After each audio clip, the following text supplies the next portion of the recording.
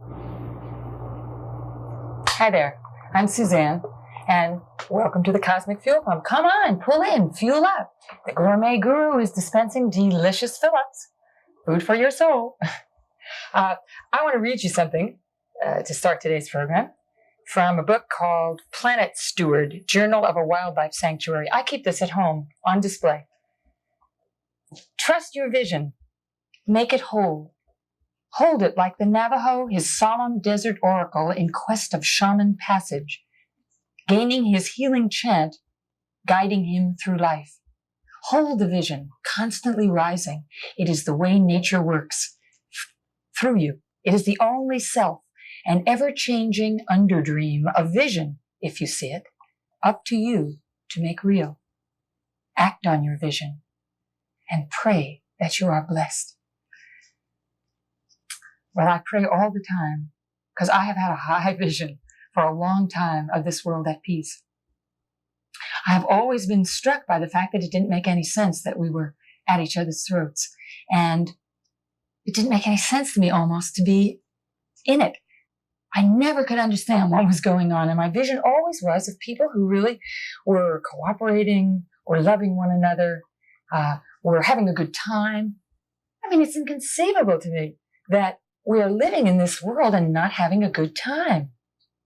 We were fantasizing in my house this week about a television show that might be from intergalactic, what have you, looking down at Earth as the amusement, like Earth was television. And the horror movies that Earth, so much of Earth was, it would be like, oh, I can't watch that. Oh, no, no, no. Why are we doing this? It never made any sense to me. My vision has always been different from that. And right now, I'm having this incredible opportunity to act out my vision in concert with some other human beings, because I think that really is the only way that those visions will ultimately be made manifest, visions of peace, much as we are each responsible for our own peacefulness and our own lovingness and keeping our hearts open. Which is the secret. If everybody had their hearts open, we'd be making love and not war. It's so simple. We're finished, right? We go home. Where was I? Max! Yes. What did I say?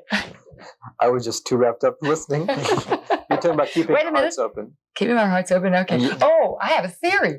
God. Okay, so my theory is that despite the fact that, of course, we have our work to do individually, we have to deal with all the demons, all the things that have kept us from being all that we wanted to be. But at the same time, I don't think that's the be-all and end-all. I think the be-all and end-all is something we can only do together. Now, I don't know, this may be a little contradictory to what we learn in all of our spiritual schools. What can I tell you? So assuming, you know. I mean, I think this is true. I think that the goal that we set for ourselves, if we're on the path, so to speak, if you know what I'm talking about.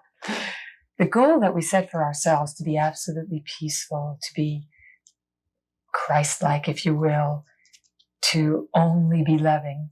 Well, I don't think that's quite it, because I think as human beings, we sustain blows. When things hit us from left field, I think it would be inhuman not to react, not to go, wow, wow. But if we're there with other human beings who are playing the same game, the game of keeping their hearts open, when we go, wow, they won't go, wow, back. They'll just be there. And together, we can create the Garden of Eden. Now, that's what I'm trying to do in my household. Several people have moved into my household, and we've been talking about this for the last few weeks on the show. And we are actively engaged in an experiment to see how we can together create this absolute harmony, create this universe that we all would ideally like to live in, and doing it now. What I'm doing on this show is I'm going to have I have had for the last couple of weeks, and I will have for the next few weeks, guests on the show who are, in fact, the people who live in my house and the people who are my very best friends and who are involved in this experiment to create the Garden of Eden, so that we can share with you what we're up to, and that you perhaps might want to try the same thing with your friends. You can do it in your living rooms. You can come visit my living room. I'd be delighted for anybody who's real sincere about this to become my friend. My number will flash on at the end of the show. You call me. And if you want a copy of the written material that we've been keeping track of our experiment with, really carefully edited written material, be delighted to send it to you. You just have to call me up or write to me and let me know you want it. My guest this week is one of the people who lives in my house. In fact, he's the person who is in a way responsible for the Garden of Eden. If the whole world makes it, Greg Houston, it's your fault. And the way he's responsible is he moved down from San Francisco to do this. And as the time drew closer for him to move down, I said, oh my God, I have to do this. I mean, I can't just talk about it. He's coming. So in the door he walked, and we were off and running. And now there's 5 adults, 2 teenagers, 2 babies, a cat, and we're doing it.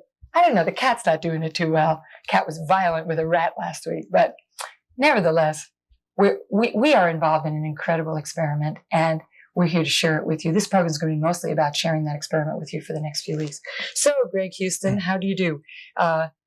I'd like to talk to you about what your thoughts are, obviously, about the Garden of Eden and how to have it now, not 3 generations from now or 100 lifetimes from now, but now, before we do something awful to ourselves on this planet. How can we get it in? I'm greedy. I want it in my lifetime. How about you?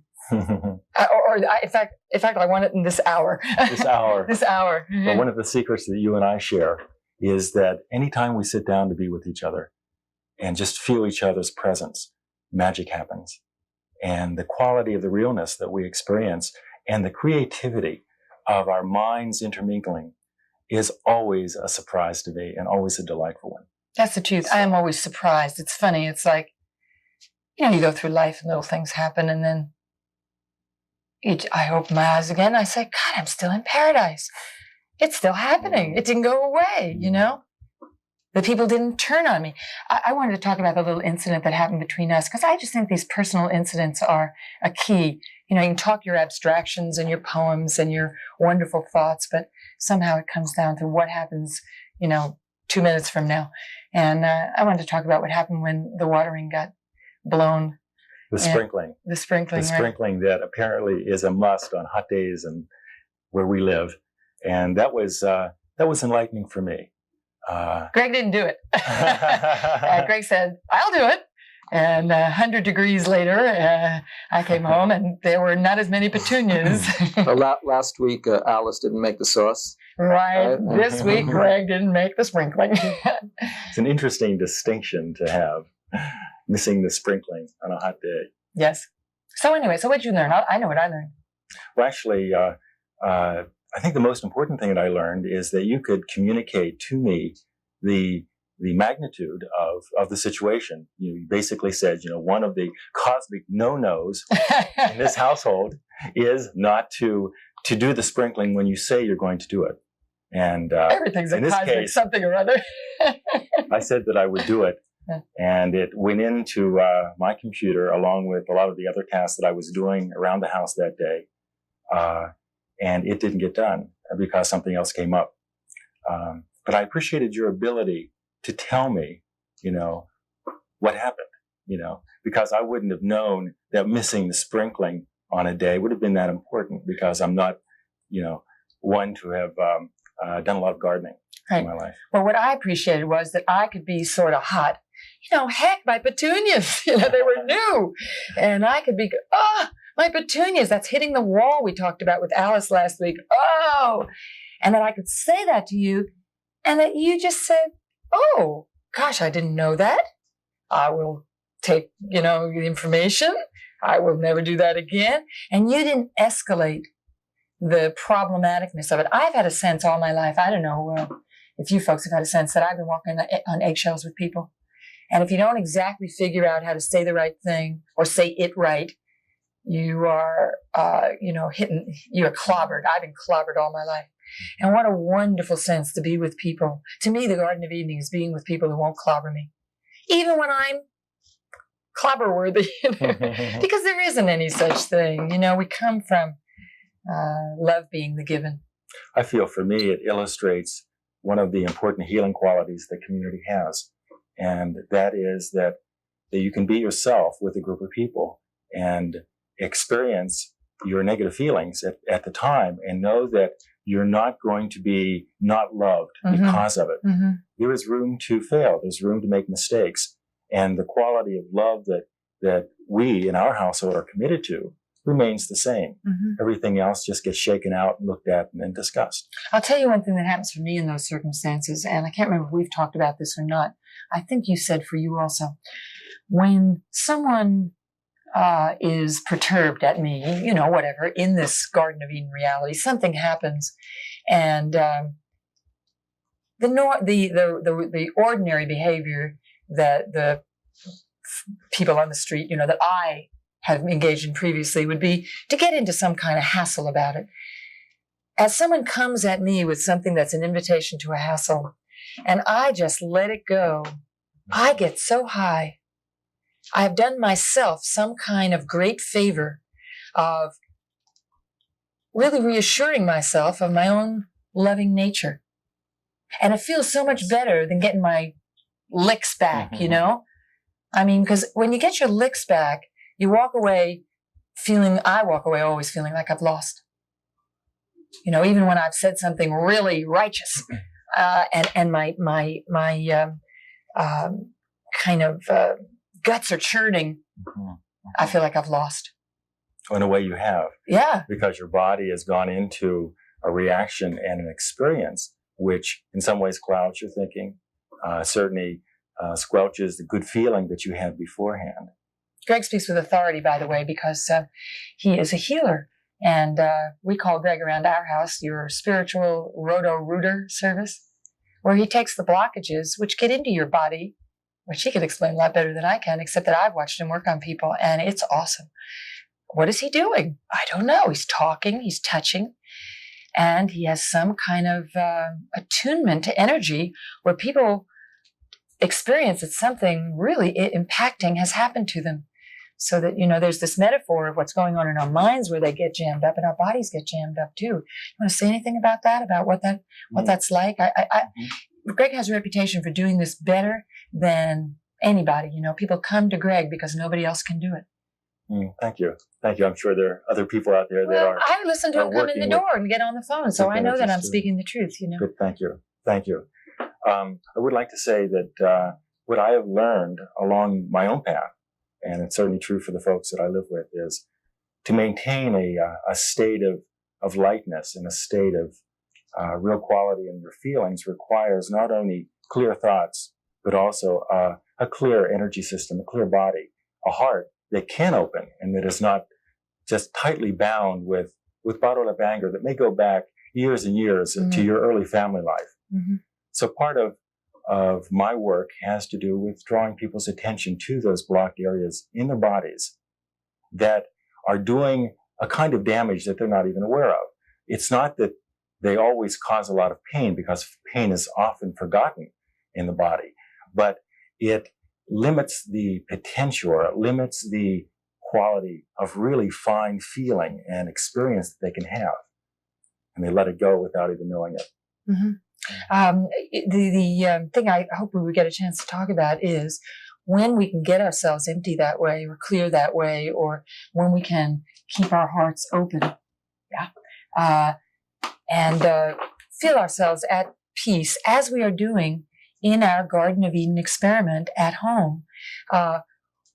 Something that I've never experienced before happens, which is that all your attention can go towards programming delight and programming fun and programming service to the world. The energy isn't bottled up in survival, in, you know, one of my old favorite tricks before I was so enlightened was to pull the covers over my head, just lie there helplessly. You know? But I find that now I have so much energy for creating what the Garden of Eden must have been about, which was, you know, mangoes and happiness and butterflies, you know. And how many of us have that much time in our lives in this crazy pace that we live in for doing that sort of thing? So I want to talk about some of the things that we're doing in the house. Like when people are coming to the house, we are asking them to teach us everything they know in 2 hours. Like, just don't come by and say, "Where are you from? Hello, how are you?" You know, but to actually be able to really get down and share just the kind of things you were saying about what healing's about, how your healing work works, and then maybe if you were the guest, you would come and give a little demonstration. Yes, a free exchange. Right. And I wanted to say to people that if that's interesting to you, come ring my bell. Well, call me first. And come and tell us everything you know. Really, I mean that. We'll tell you everything we know. And if you don't think you know anything, come. No, if you don't have a skill, like if you're not a healer or what have you, that's okay. Come and tell us what you know about joy, about ecstasy, about spirituality. Come and tell us what you think. Come and tell us how you think the Garden of Eden might work better. We're open for all suggestions. In fact, if you send for my printed material, which I'd love to have you do, which is our diary, send back what you're doing. I'll print it in there. It's got a lot of people's thoughts in it. You know, it's a running journal. It's a Garden of Eden journal, actually, that we're keeping. What are the things that you're particularly enjoying in the house that we're having the fun with? Do you have any particular... I was thinking about the school for teachers that we've talked about establishing, where our dialogue right now is about just how we can be the most serving that we can be and have the most fun that we can have. And we've been talking about learning and teaching together. Yes, that we're all students as well as teachers. Or teachers as well as students. And then that's what we're there. We're there teaching each other how to be human, really. One of the true essences of community in my mind is that everyone has something to share and contribute to the larger whole. And that's what we're practicing under our own roof. And we're finding that each of us is a unique facet of a wonderful, wonderful jewel. And the facets keep on growing because we keep seeing new sides of each other. And there's a kind of creativity that brews that is so attractive that I have to say that I'm addicted. Say it. I'm totally addicted to this. I've isolated my true life's addiction. It's this creative energy that expands within you and goes up to your head, and you know what feeling good really means. You say we need to become each other's drill sergeants. If we take that kind of responsibility for one another, we'll heal ourselves. Somebody said, Max said, drill sergeants. Is that what you want to say? But what you really meant was that we have to really be militant with one another about telling the truth. Yeah. Yes. To go against your integrity, even in a moment experience, affects your inner functioning. Again, it's a limitation. It's a barrier. Get all rotor exactly out to do the job, right? Exactly. And you also talk about the fun of the fun is becoming conscious of what you do. Every step of the way being a conscious process, not just having a good time, but really knowing what the good time's about and staying awake. Exactly. I would like to just say briefly that I feel that the awakening process that is referred to on the Cosmic Fuel Pump is something more than just a word or a concept. It's an actual experience in which the body, as though it thaws out from a long winter's cold. And suddenly it does feel like each thought that is conscious and more conscious than the last is waking you up, and you feel the here and now, the presence, with even more sensitivity and more aliveness. And then, I find that I just like to acknowledge how blessed I feel. Just how blessed.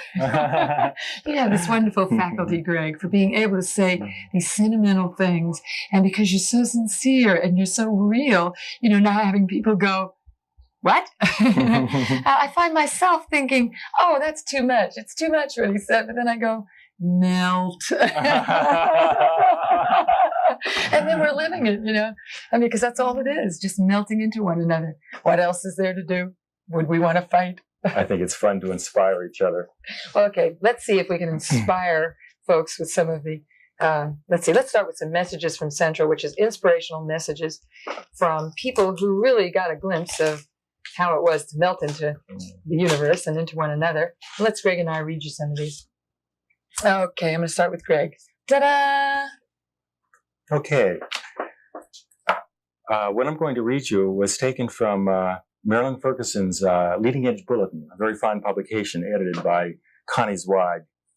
It was on the topic of a theory of how people organize themselves in group action, cooperative action. And it begins by saying hologroupists, which is a title of this particular kind of person, Hologroupists act with an awareness of the whole, with the sense that separateness is a state of mind. They see through outer differences to a conscious oneness with the total environment. They are the world servers and world citizens. Their context is nothing less than the whole earth. They serve consciously and willingly without needing to know how they directly affect the whole. Well, that's definitely, when I saw that, I thought, oh, how wonderful. That feels like what we are working towards, what we're doing. And the other thing they said in this article was that it's a new category. The previous high being synergy, yes, where you kind of help to make the whole happen, not took responsibility within yourself for being the whole. That's right. So I thought that was hot stuff. And let me just say that one of the really exciting things about our particular experiment is that we all have the sense that we have found each other for a purpose, for a reason, that we're not only individual hologroupists, but that we're hologroupists that are working on the same project. Mm-hmm, and we exactly. don't really question that anymore. Exactly. It's just really beautiful to be part of it. Okay, so here we're going to read from The Ascended Masters, a book called Step by Step We Climb. You'd have to probably call me to find out how to get it. And this is, spirits talking. Every second of this embodiment from now on can be spent in transcendent service to mankind. You do not have to preach. You do not have to stand forth to perform a miracle. All you have to do is live the law, and live it so beautifully that you cause others to do likewise. Ta-da! I think I'll be the cosmic cheerleader with that one. Ta-da! Okay, beautiful. Great. This is a quote by Terry Cole Whitaker, who is from San Diego and has a television show that airs, 11:30? I think we're going to talk about her a little later, so very well. Don't spill my beans. Okay. I want to see us being conscious of our union with one another, being united and aligned with God as our source. I want to see people live from that place so that all there is left to do is to greet one another. Hi, I love you. Oh, that's really beautiful. That's not just knowing that we're coming from love. That's the hologroupists coming from love, not trying to get there. Okay. And here's Stephen Gaskin, who's got one of the oldest communes in the country, and a very large one in Tennessee. And he took a whole bunch of people from San Francisco 10 years ago or so. And it's still going strong. And they're all about love. And he says, what we expect is to be truthful, to be kind, to try to share, to try to love one another. Some folks don't recognize that as a discipline. They say, oh, that old stuff. And it may not sound too difficult unless you've ever tried it. But if you ever try it, you'll know it's an exacting science. Well, ring my doorbell. You see how we're doing. Excuse me, Suzanne. Yes, God. Well, or janitor. I have some sweeping up to do right now. Yes, sweep up. One of the things that I'm observing right now is sitting here as a viewer. Yes. For the moment. And say something good, Max. How many people out there, viewers, really believe that the Garden of Eden can really exist? And it isn't really ringing your doorbell. It's ringing their own doorbell. Oh, beautiful. Their own doorbell. And it's not that you mail a postcard to the Garden of Eden and it comes back, address unknown, return to sender. They've mailed it to the wrong place. It's their own home. Start there. Would that were true, and would that this program helps it to be true. Mm-hmm. Amen to that. Amen. Mm-hmm. Okay, Greg, your turn. This is taken from a book of essays by Byron Kennard, a community organizer and environmental activist.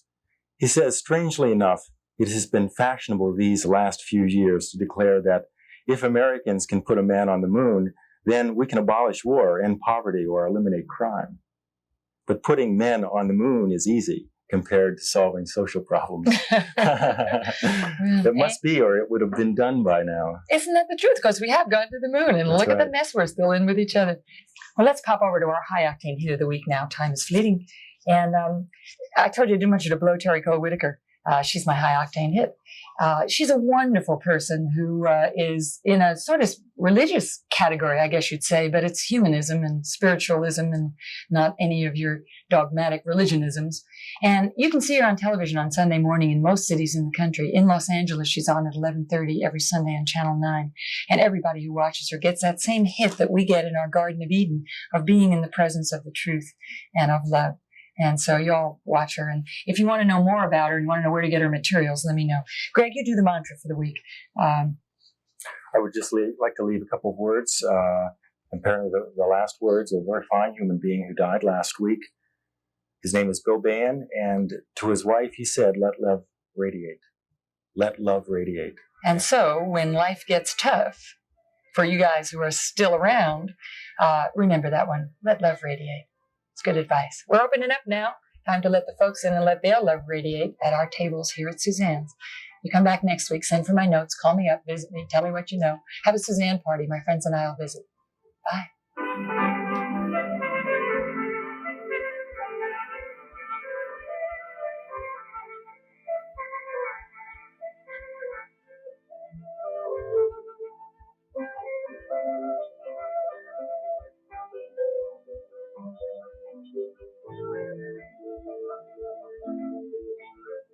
Call to find out when the Cosmic Fuel Pump will be on next week, and call or write if you want me to send you a copy of my written notes.